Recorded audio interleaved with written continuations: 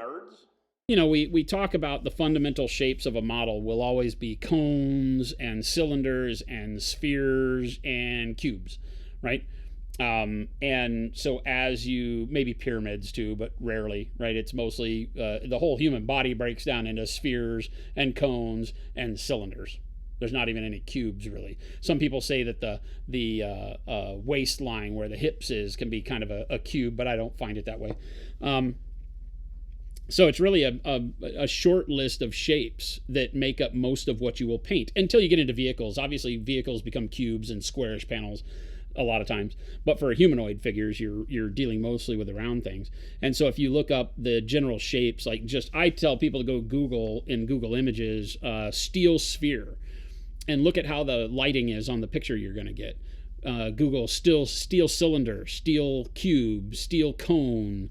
Go look at all these fundamental shapes and put the word steel in front of them, because what you'll find is images from like scientific supply houses, industrial machine supply houses, where they usually want to have a picture of something metal that's either rendered very well or looks very realistic. They want to make it super shiny so it feels like it's a good quality to you.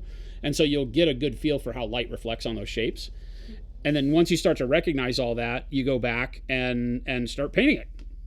This is kind of indicative of the way we would paint polished armor, because it still has dings and scratches in it from being around for years.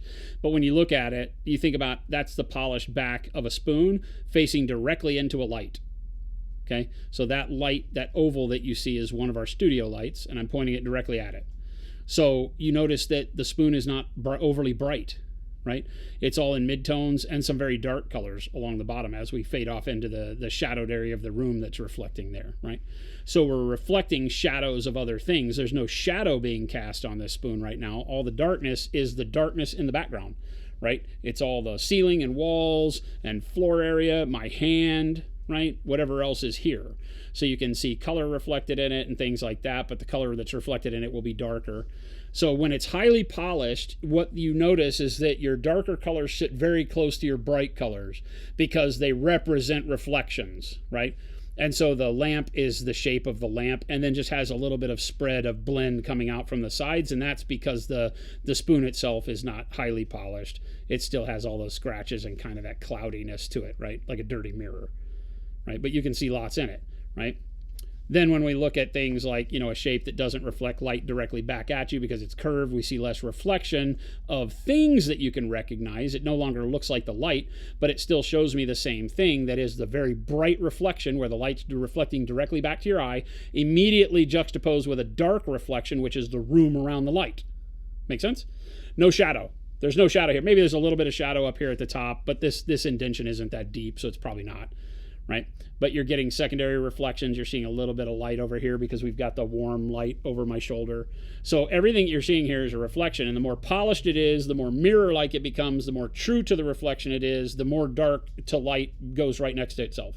Right? So very dark colors next to very bright colors gives you that feeling of polished, shiny object. Okay?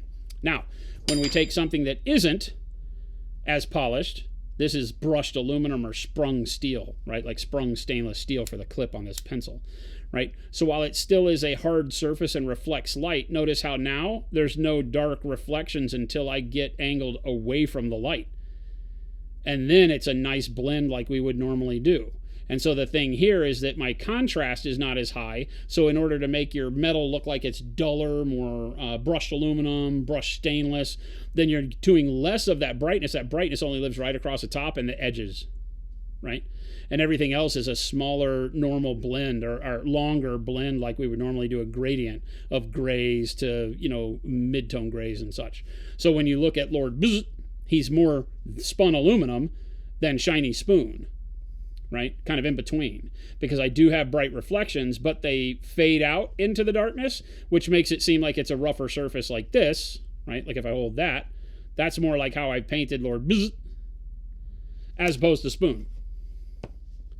Because spoon has way more darkness immediately next to brightness. That makes sense?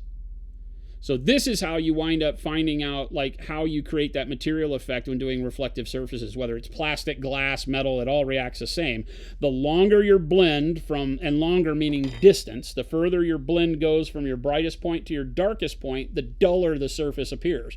It can still read as shiny metal. This is still going to shine like it does, right? But it's definitely not like blindingly mirror-like. I'm not going to get like the color of the trees reflecting in this armor. Anything that's further than a couple of inches away is not going to produce color in it, right?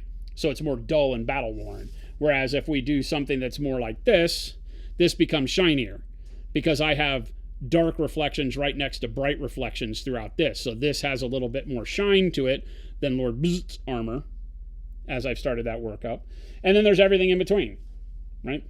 You know, you get something like we've done with no blends here, and we just put our dark colors next to our bright colors with something like the cartoonish way, and this makes it look super shiny, super polished on the gold, even more so than the owl. So there's levels of all of this, and it's really just staging your blend, how your color provides that linear gradient from bright to dark.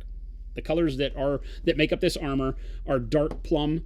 For the little bit of shadow, you'll feel a little bit of reddishness in the shadows there, right? In the dark spots. That's the dark plum, right? And that was the base coat.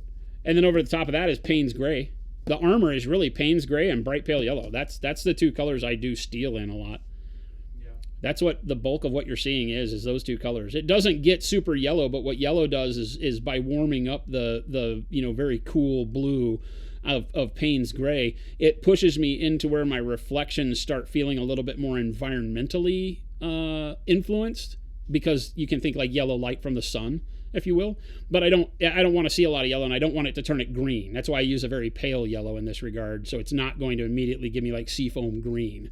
But I mean, that's what we've done here, is taken dark sea bin and used the bright pale green into dark sea bin. So we go from like a bluish green to a very desaturated, almost white green on this one, right? And so you can create similar feel in different color ranges by doing the same thing. But I typically do most of my non-metallic metal, the base of it is usually two colors, and usually like a blue black or a Payne's Gray for the base, and then a white blue or a pale yellow mixed into it.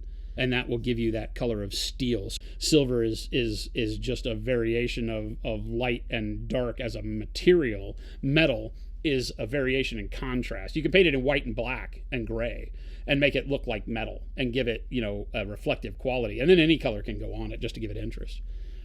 Because obviously black and white isn't as interesting. Man. There's wisdom from Chris. Don't paint in the dark. Chad, I lost 5 points for that one. I'll take my